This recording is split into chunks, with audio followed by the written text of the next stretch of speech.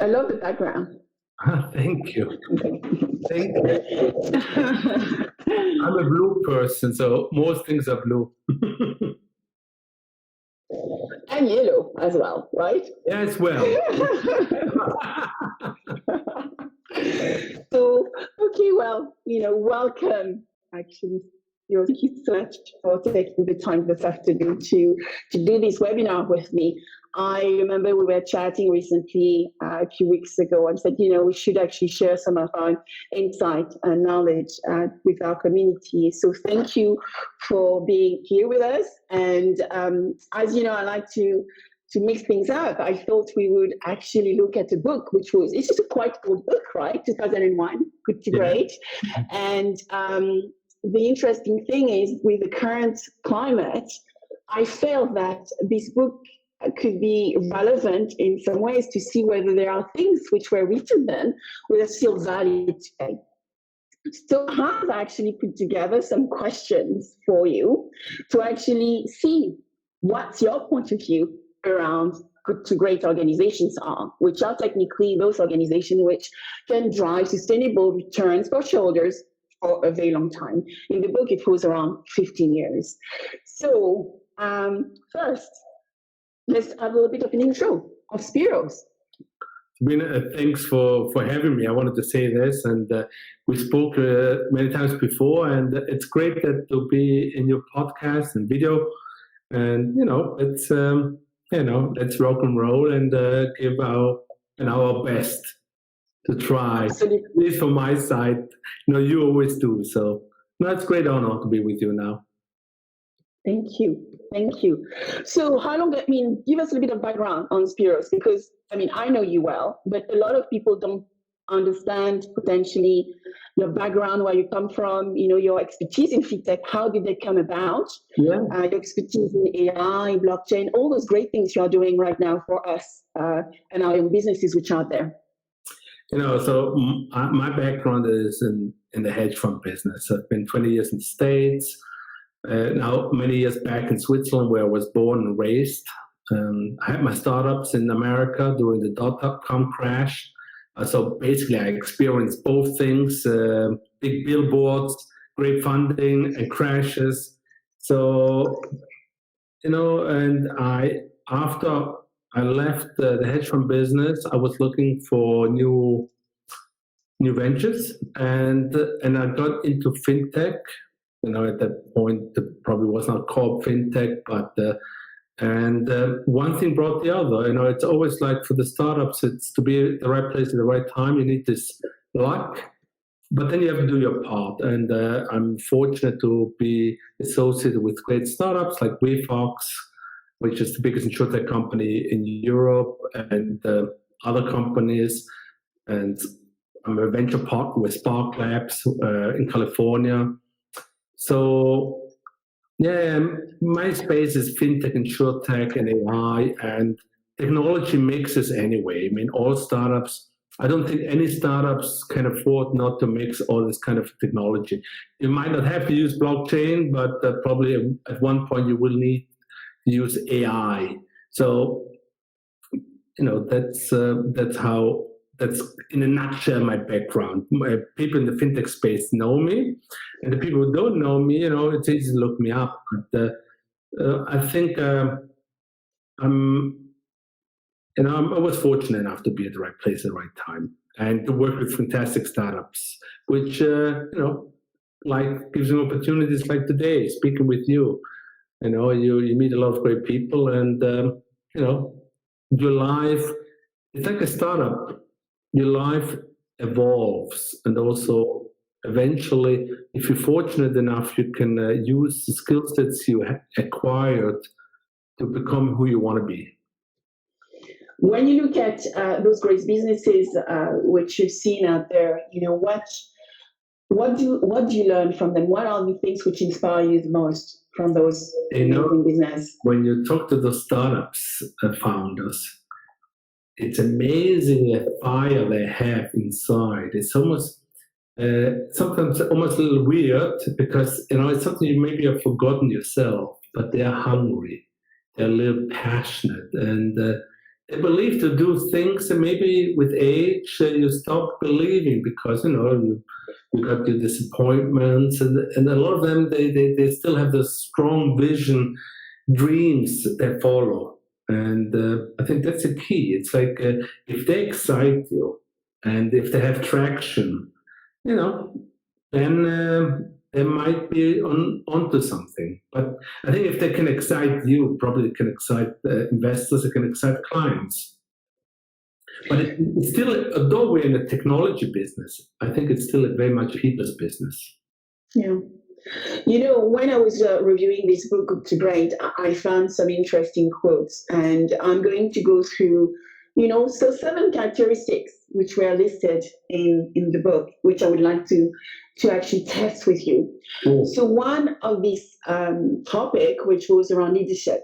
And looking at COVID-19, we've seen different style of leadership being actually exacerbated or expressed during the past few weeks.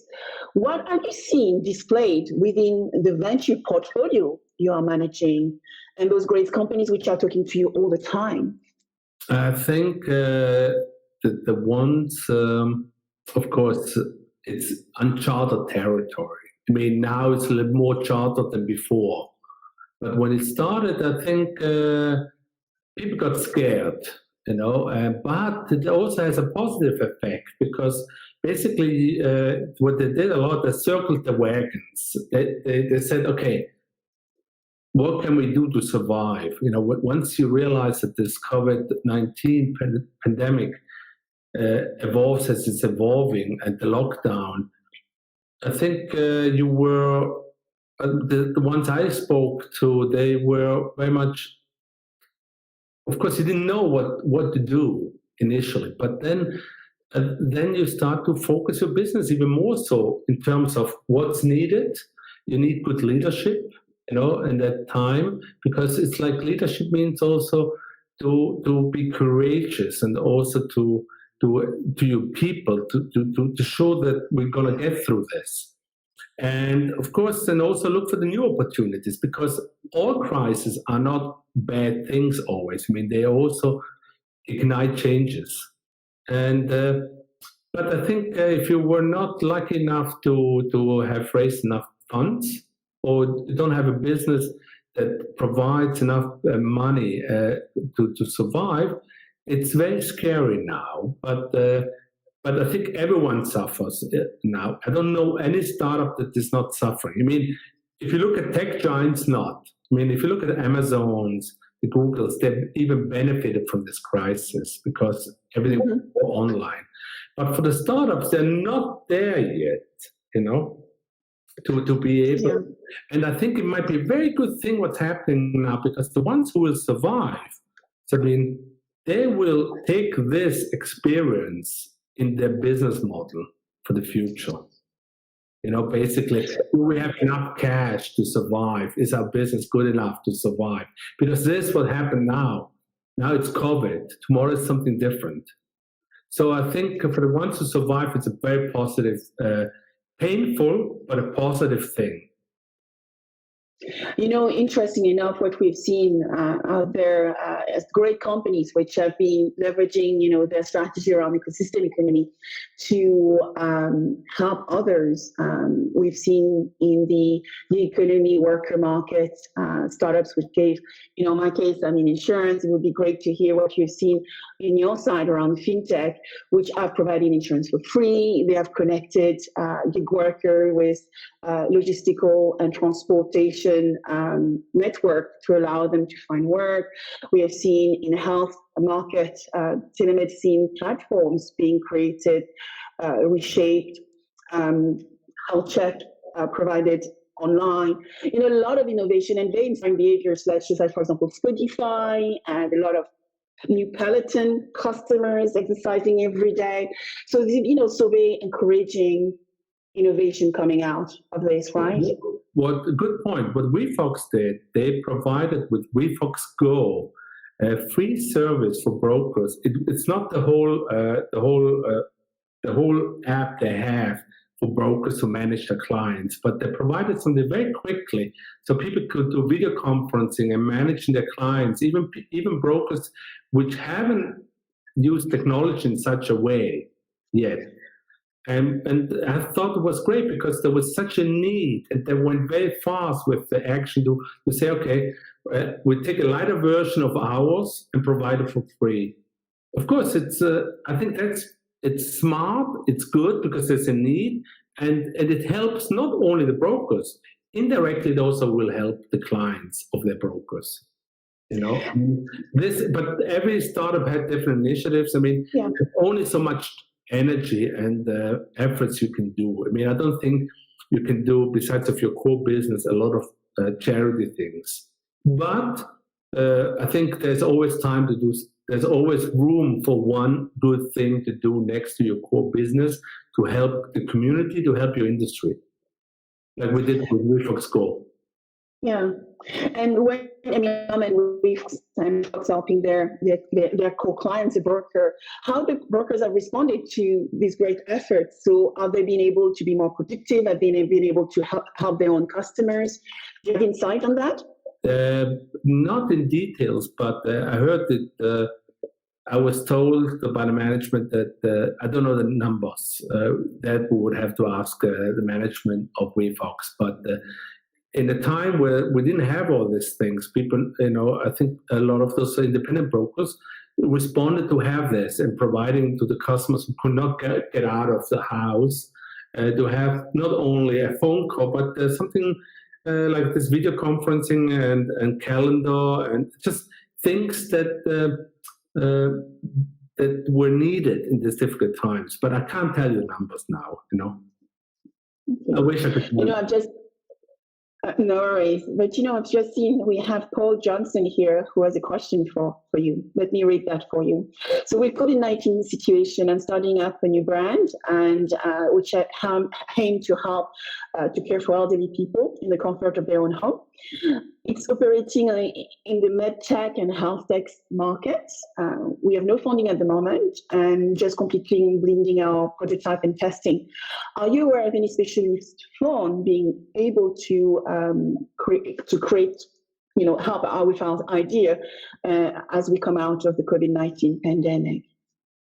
With other words, to sum it up, he wants to ask what to do once the crisis is over.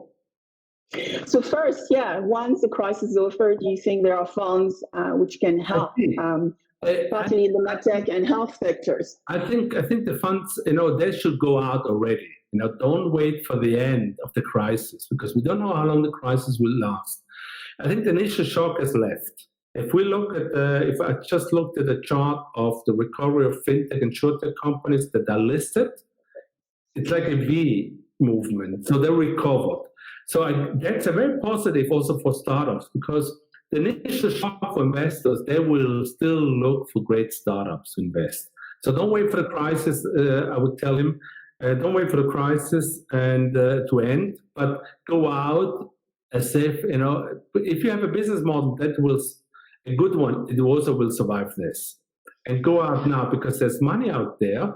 And I think smart money will look slowly, increasingly, to deploy it. And if they have a great idea and a great concept and hopefully test it with some clients, I think that there will be investors to jump in. I think it's very wrong to wait. It's like don't wait because if you wait too long, the opportunities are gone. The good startups that go out, it's harder now, obviously, but it's not impossible. But one of the insights I found is that whilst FinTech and InsurTech investment predictions are probably reduced by 50%, actually those startups which are investing in developing solutions for COVID-19 or post-COVID-19 will probably receive more investment. So when I look at the numbers, I have a guess, anybody focused on telemedicine, health tech, gig economy, that market actually, the prediction for the investment funding is going up, Paul. So there is definitely opportunity in that space. Absolutely. I agree with you, Sabine. Yeah. So Nigel, our dear Nigel is here. Oh, I love it. Hi, Nigel. So, Not my love. would you like to comment, Nigel? So, will this help in the B2B and B2C customer more? Would you put your money into the B2C space or let someone else manage and own distribution? What's your view on this, actually, Spiros? What did he mean? Can you repeat it? Forgive me. So I guess my understanding, and maybe we could invite Nigel as a presenter here. Let me see. Yes, if you hear the question, I see the question as well. So he's asking whether the B2B and B2C customer market are going to be affected. Where would you put your money? Would you still put it in B2C? No, I think B2C actually will benefit from this crisis because people are going more digital. So I don't think B2C will suffer. If the venture, if the startup insurtech or the FinTech company is strong, the B2C will be stronger because people are looking for digital solution. People are much more open for digital solution. And the B2B, it's not as sexy as B2C, but I think B2B is just solid behind the scene and it's less affected in general. It's probably never as hot in general as B2C, but I think it's still, I think B2C will benefit from this thing and B2B in general will, continue its uptrend if it's in the right space.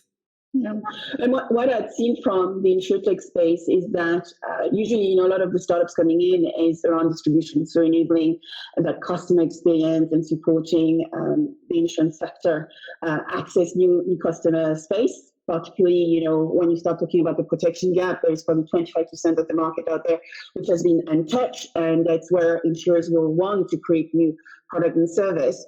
Now, the one which has been the most successful are those startups which have been what I would say developing pure digital-first business models. So the sliver of everything, like Lemonade, which we love talking about. Zigo would be another one. And so it will be interesting to see what happens in the future, whether the distribution is still going to be there, because right now, I would say, most insurance buyers are not looking to buy insurance. They actually are looking for rebates and discounts. They're actually wondering whether their insurance policies are paying, because often people don't always read the terms in their policies. And so we are going to see a lot of things happening in the sector where probably some improvement needs to be done in the future. I mean, a good point you're bringing up here, because of course this crisis shows the good and bad of every industry. And I think that the successful players will have a very honest and decent approach to their customers. And if they promise something and they don't deliver it afterwards, that will hurt them more than they think, because people are very sensitized to bad business behavior. I think fintech startups, insurtech startups, the ones who succeed, they promise better services, honest services, and you have to deliver on that. And it's more something. If there's a small print that's critical, better tell your customers. And also, that actually linked really nicely with the fact that trust and transparency, I think, is becoming more and more in demand from end users, from customers, from whatever they buy anyway. And digital enable, I guess, us to do that better. Another area I wanted to touch upon with you is talent. We have this massive talent gap here in insurance, and I wondered whether you have seen the same happening in FinTech, and if there is any lesson we could learn from, how maybe attract talent. Yeah, to attract talents into the industry, because this is one of the issues which is coming up over and over again. And I wonder if there's a lesson to be learned from FinTech. Yeah, I mean, we also fight for great talent, like every great startup, because you have the tech giants and you have the incumbents, and then it's you know, and I think if you have a great leadership, great culture, great work environment, uh, then you will attract great talent. Because the problem with tech giants is, of course, they can pay very well, you know, but the problem is you might work on a project for a long time, and you do a little small piece on this project, and maybe nobody sees what you do because it's just too big organization. But it's attractive because you make good money. With a startup, the attractiveness of a cool startup is that the input you put in, like the changes, your ideas, you see them going into fruition. And that's very cool stuff. If you're in a small team, you can move things and you see it's implemented in some way within short time. That's very cool. And I think work environment, people are looking for great culture, but that's a very difficult word. I mean, everyone says there's a great culture, but if people talk about the place you are in a good way, then then that affects talent, because people, I think the young people, those ambitious people who they want to change the world, so they want to go somewhere where they're sure they can, and they won't be noticed. They want to contribute, and you have to give them this environment where you empower them. You have to empower people, and it's like kids. You have to encourage them and praise them if they do a great job, but also demand lots of demand things from them. Do you think that remote working and COVID will change the appetite of young people to go into entrepreneurship type roles within startups, or do you think this is going to remain the same? Yeah, that's if you can afford it, because you live at home, or you will go to startups. And if you have that fire in you have to have that fire, to do things like this, And if you don't have the right character, the right mindset, it's not wrong or right to work for an incumbent or Google, but you have to. It's something very personal. I think that people will be more scared now if there are fewer jobs out there. But if you don't have a job, or you don't want to work with big incumbent, maybe that's a great opportunity to give you all work for a startup. Because it's not good to have too many options to be successful. Because if you have too many options, you spread your love, you spread your energy. It's much better to say, this is the only chance I have. It's like when Columbus or people left the country, you have to burn your village. So there's no way back. There's only one way to go. And I think those crazy Steve Jobs, he talked about, you can say many things about those characters. Elon Musk, they are crazy in a positive way. They're much more hungry than anyone else. Hungrier than their competitors. And if you have the right mindset and spirit, you will go into a startup. And if not, maybe it's not the right place. It's not the right place for everyone. And you don't want people just to come to work for you, just to work for you. They want to be there because they want to work with Sabine. They want to work with you. They want to be part of the story, part of the success. Yeah. No, I've been very fortunate to work with amazing people. I know. My past 5 years were really important for me, and I work with absolutely an amazing team. And as we rebuild things, and hopefully I will see some of them as well wanting to jump the ship at some point. But working with amazing people is important, and talent. It's about the character. And one of the things I was also saying yesterday, you need to look at people's character, not putting them into roles, but looking at whether they have the anger, whether they want to own the problems you're putting in front of them, whether you can trust them. And even working remotely, you need to actually embed that trust factor in the fact that people are going to work hard and focus on outcomes rather than just doing things during the day. And we should not always look for ourselves because, it takes different talents and not everyone is easy of those talents. We have to be tolerant. It's like, as I say, soccer team, everyone has different skill set. I saw a question by Adrian Gilles if things will change, if it's a new norm. I don't think it's a new norm. People adapt very quickly. People want to make money. It's like there will be some investors that will be more courageous, that will start early to invest again. Some will come after they've seen much more traction, and some will come when it's too late. So I will not worry about the situation now because we have a crisis, but the only way out of the crisis is if you provide a great new solution and you're driven enough to go forward. And that enlightens, it's like a light that will attract other people to be part of it. Investors, customers, etc. People are too hung up on the situation. I mean, the situation is what it is, and even the worst times. I mean, remember, a lot of startups, Amazon, Google, they survived the dot-com crash. And when you look at SARS, in 2002, 2004 in China, actually Ant Financial and Ping An, right, did massive change around their digitization, and that enabled them to become the business they are today. I mean, Ping An moved from being a 149 on the Fortune 500 to becoming a 29 today.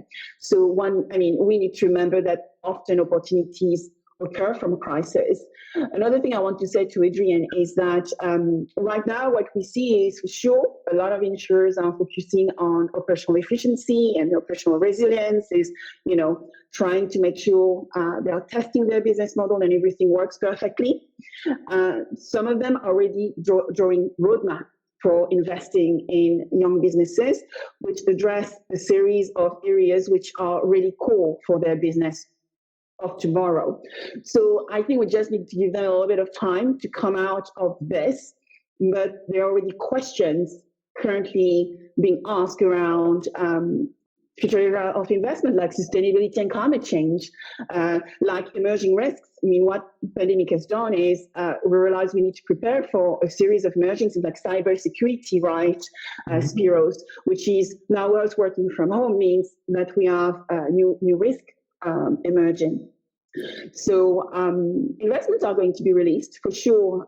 At the moment, there's a little bit of a stagnation and maybe a look like it's going down, but it's going to come back because you have investors there which need to find ways to make money for their It doesn't sound LPs. But some things, sometimes it's about timing. Sometimes it's just bad luck that. I always say there were Facebooks before Facebook, there were a search engine before Google. Sometimes it's bad luck, you open a shop and you don't survive long enough to get the traction. That's just the reality. But I hope for most startups, most go under anyway, but I think if you have a good proposition, you just have to try to survive as long as possible and keep the burn rate as low as possible. And then opportunities will arise.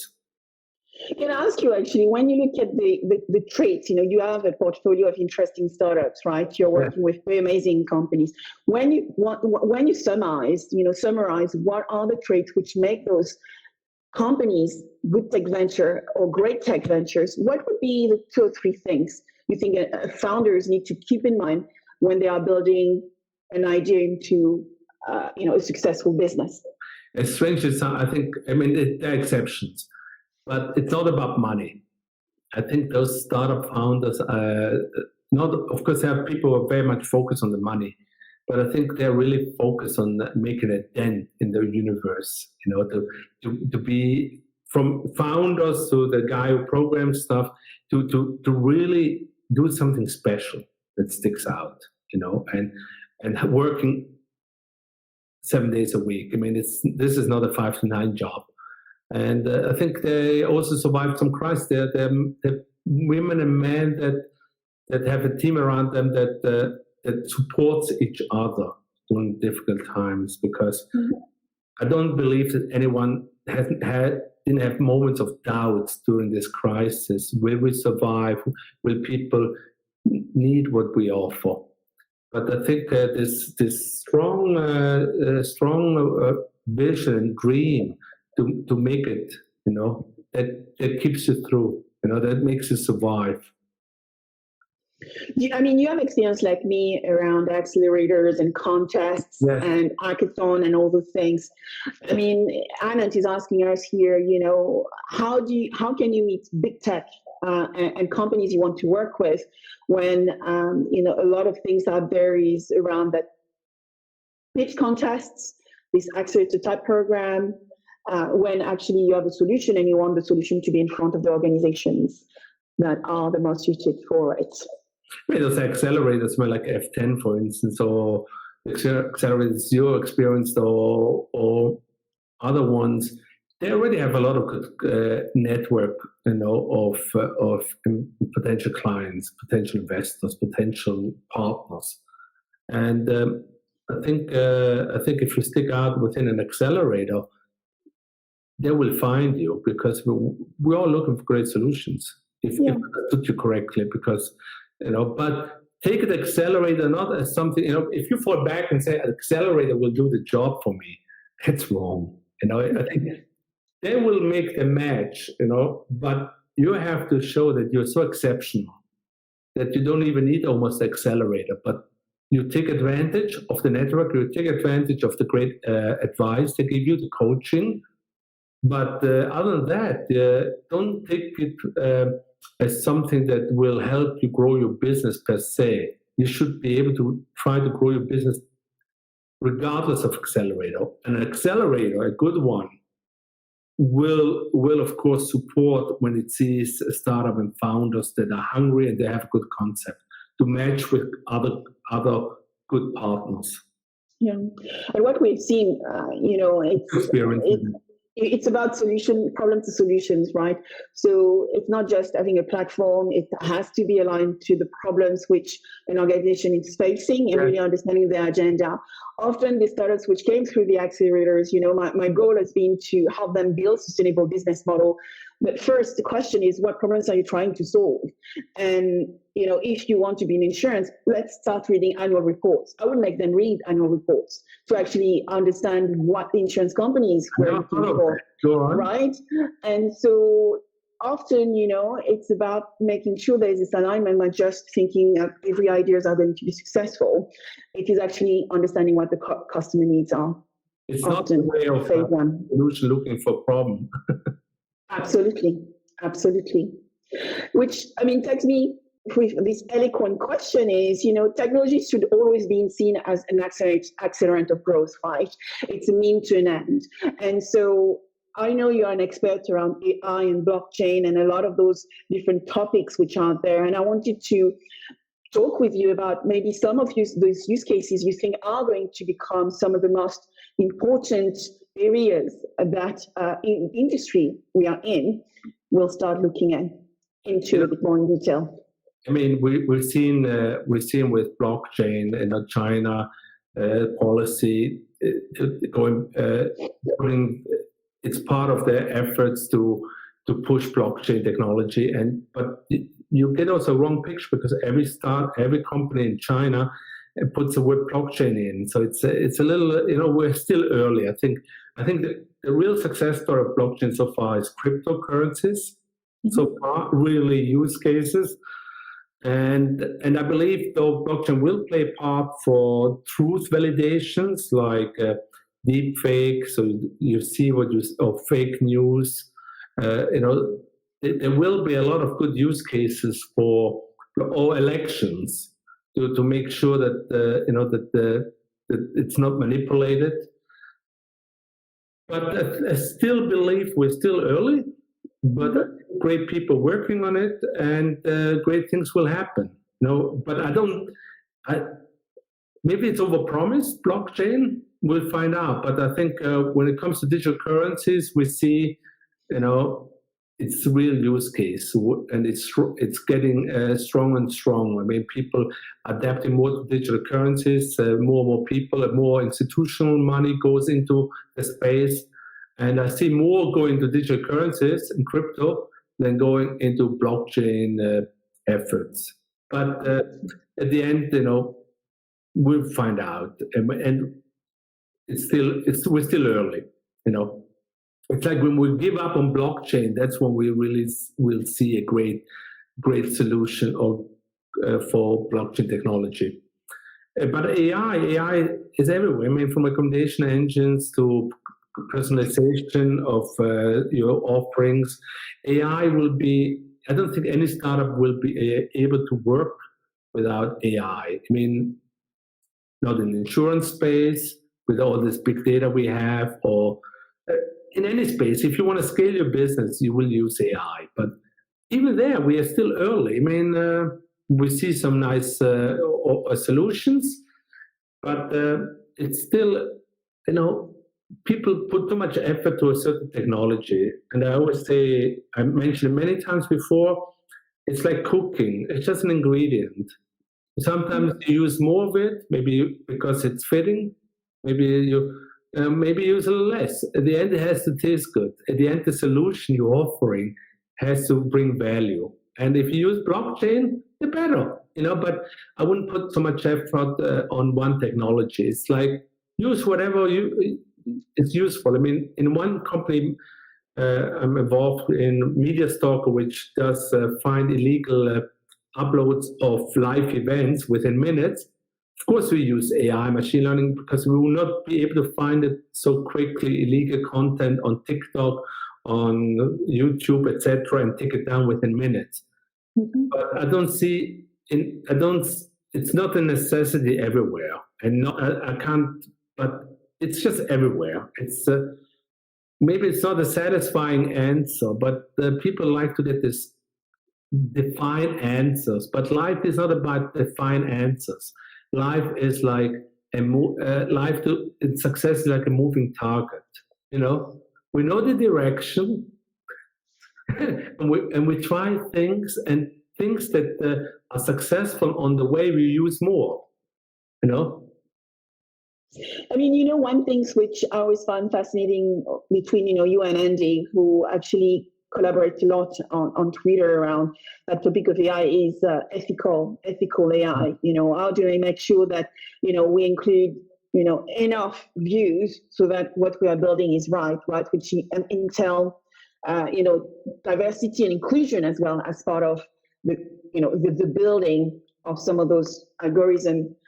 What's your point of view? I mean, there's definitely great work which is being done, I guess, but there's still a lot to be done, right? And to make sure we're building the right things. I don't think we should put ethics above everything, in work and in AI, in everything we do. But I don't believe, honestly, that all countries or companies have this in mind. But I think it is something, if you can show that ethics is a key part of your technology solution, from AI, from everything you use, I think there will be a big portion of customers that will respond very well to that. And ethics is key. Transparency is key. Tell them how you make money. It's okay, it's just, and tell them how you use the data and why they get it for free. I think people respond to honesty. I think people are not stupid, and people are very educated. We educate them, you educate them, and there are a lot of people who educate the community and our customers.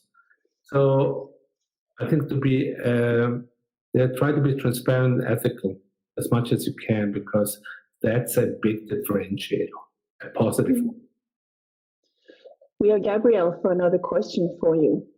Let me see this. Yeah, so he's asking you, in terms of what was mentioned, if we are trying to find solutions to problems, do you think that such problems or needs have changed due to the recent crisis? Do you suspect that there are new trends in particular that will accelerate things post-COVID? And Yes. how are investors going to respond to this? As we said at the beginning, people adapt to the new situation because some things that worked before might not work now. But we saw positive things. Older people are using FaceTime, for instance, just for people are much open to digital solutions. So I think for companies which are in that space, they will benefit, as we've seen with tech giants who are much more advanced. They benefited a lot from this crisis, not because they wished it upon it, just a fact. It's like if you have a storefront or you have a digital solution, online solution, and you had it already, probably you benefited from this. And the storefront, which you didn't have any customers, didn't benefit. When it comes to the investors, investors will adapt as well. And if you have a solution now that is more digital and the risk more close to what your clients want, you will have traction. You will have more customers. You will earn more money. And if this happens and you will survive this crisis, then investors will flock to you. I don't believe investors are the entrepreneurs. They respond to what they see. They respond to a company that survived. They respond to a company that grows despite crisis. They respond to a company that adapts quickly. These are skills. These are things that, nice to have. Yeah. I mean, what we've seen as well, Spiros, is, and Gabrielle, is that the request we are getting is, when we look at due diligence, now we need to do more due diligence around cash flow, because we know in insurance, if you implement a solution, it often takes time. And so now the test is around, if I decided to implement that solution, can this startup, young business survive? Because we need to test whether they are able to do something, but also if they are going to get investment, we need to make sure that the solution is suitable. So it's a bit of a chicken and an egg, right? Yes. I came through the dot-com crash and I burned. So for me, when I talk to startups, because of that experience, I always say, manage your cash flow. Try to survive for 1 year, no matter what. And I think the people who survive this will think exactly the same for the future. Survive for 1 year, whatever happens. And if you can survive for 1 year, in the 1 year time, the world is a whole different place. And at the end of the day, it's the one who survives will succeed. It's not always the best solution. It's the survivors. And the point we just made, is probably linked to, good is the enemy of great, right? Those companies which survive is not always the companies which have the highest tech and the latest emerging technologies. They are the ones who are actually solving a problem which is a big problem in the market. As I see we are going on top of the hour, our 45 minutes, my last question is, what are the final recommendations you would leave with our audience today, for them to think through how to become great at what they do and survive the current times? I think we have to aspire, like all of us, for greatness. If that's something important, I think for startups it's important. And then deliver on it. It's not just aspire. You have to pay a price to be successful. It's the hard work you put in, the sacrifice you put in. And I'm not sure all startups and entrepreneurs are willing to pay the price, because there's a huge price also on your family. You need the support of your family, and stay optimistic as much.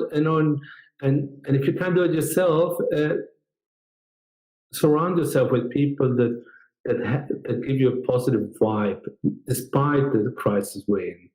Because I really believe that there's a light at the end of the tunnel, and we're going to come through stronger than before. And this is, and we should also, what's very important for all of us is we should try to support our community, and because sometimes a little help does a lot, and we all were in a situation where we needed help.